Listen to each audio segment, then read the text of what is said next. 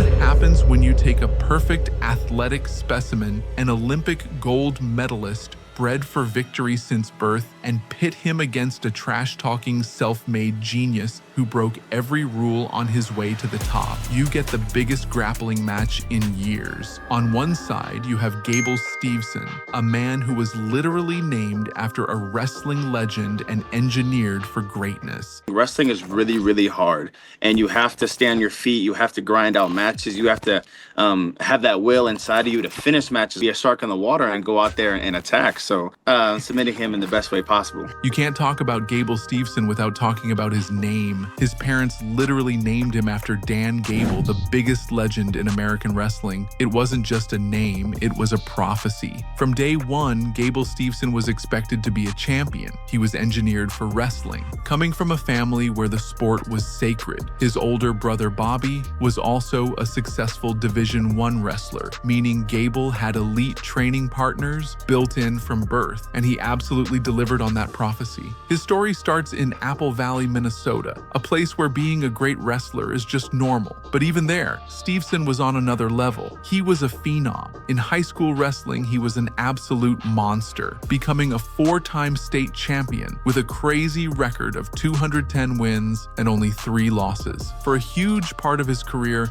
nobody could touch him, and he had a 171 match winning streak. He was a gigantic heavyweight who moved like a lightweight, a physical freak that no one could figure out. The prophecy was coming true. Next was college wrestling, which is insanely difficult. Wrestling for the University of Minnesota, Steveson didn't just compete, he dominated. He became a 2-time NCAA Division I national champion and a 3-time All-American. He won the Big Ten heavyweight title 3 times, and twice he won the Dan Hodge Trophy, which is like the Heisman Trophy for wrestling. He wasn't just a prodigy anymore, he was one of the greats. But there was one last mountain to climb to become immortal: the Olympic Games. At the 2020 Tokyo Olympics, Steveson was in the finals against a 3-time world champion from Georgia. With only 10 seconds left, Steveson was losing. It looked like the prophecy was about to fail. Then something incredible happened. In a last-second explosion, Steveson scored 2 takedowns to win with less than a second left. He won Olympic gold. The video of him doing a backflip,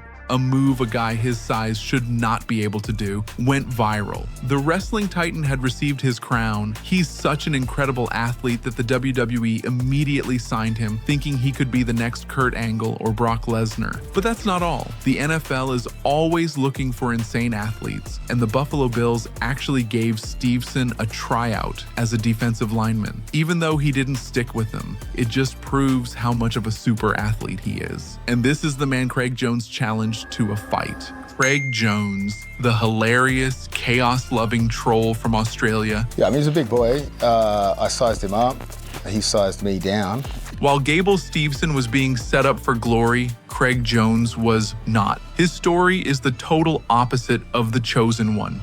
There was no prophecy and no special training. Before he was a jiu-jitsu star, he was a journeyman carpenter. It was just a kid from Australia with a crazy obsession with jiu-jitsu and an even crazier sense of humor. He's the hero for every misfit and outsider. At the 2017 ADCC Championship, he was a total nobody, just a purple belt surrounded by the best black belts in the world. Then he had to fight Leandro Lo, a living legend. Nobody thought Jones had a chance. But in just a few minutes, Jones trapped the legend in a rear naked choke and forced him to tap out. The entire jiu-jitsu world was shocked. In one match, Craig Jones went from a nobody to a giant slayer. From that moment on, Jones built his kingdom not just on submissions, but on his personality. While other fighters were super serious, Jones was hilarious and sarcastic. He knew something they didn't. Personality makes you famous. His instructional videos became massive bestsellers because they were full of amazing techniques and funny jokes.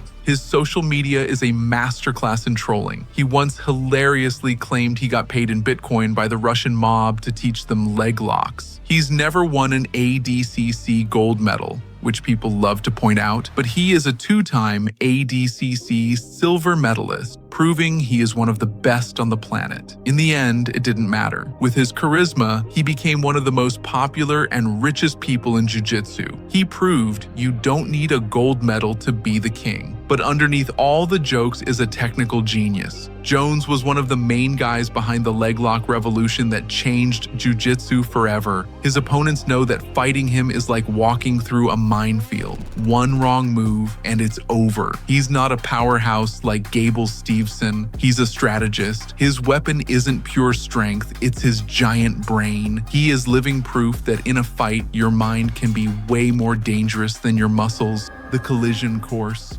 The announcement of Gable Steveson versus Craig Jones sent a massive shockwave through the fighting world. It's a dream matchup that's actually happening.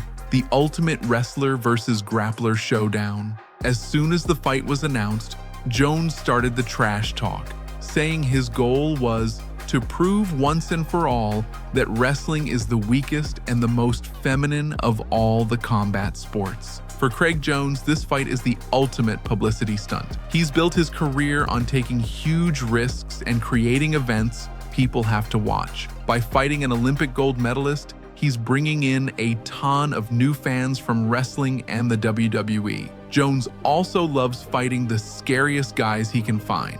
For a guy who loves being the underdog, this is the biggest challenge ever. For Gable Steveson, this fight is about something else. He's at a weird point in his career. His time in the WWE and the NFL didn't make him the megastar everyone expected. Now, he's back in the sport he always dominated, but he has to prove that his wrestling is the best fighting style in the world. Steveson isn't bothered by the trash talk, saying his plan is to go out there and do what I do best and submit him the way he's trying to submit me. Beating Craig Jones, one of the biggest names in grappling, would be a huge statement. It's his chance to show the world he's not just an athlete, he's a monster. And the danger for Craig Jones is absolutely insane.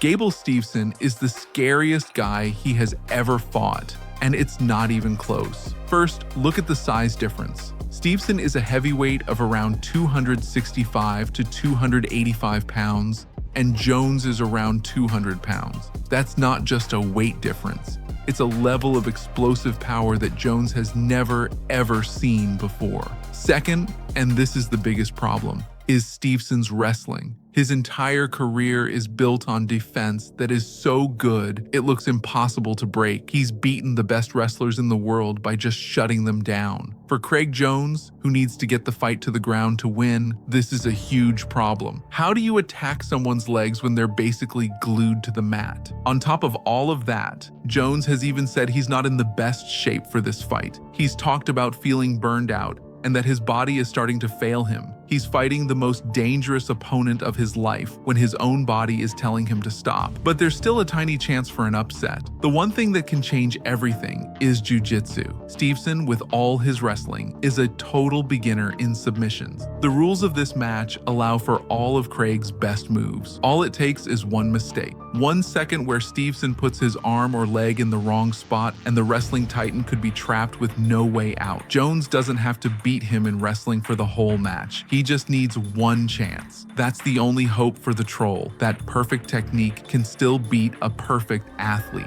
This isn't just about who's the better fighter. It's a referendum on what it takes to be great. One man is trying to fulfill his destiny. The other is trying to defy it. Who takes it? The wrestling titan or the jiu-jitsu troll? Let me know your prediction in the comments below. And if you enjoyed this breakdown, smash that like button and subscribe.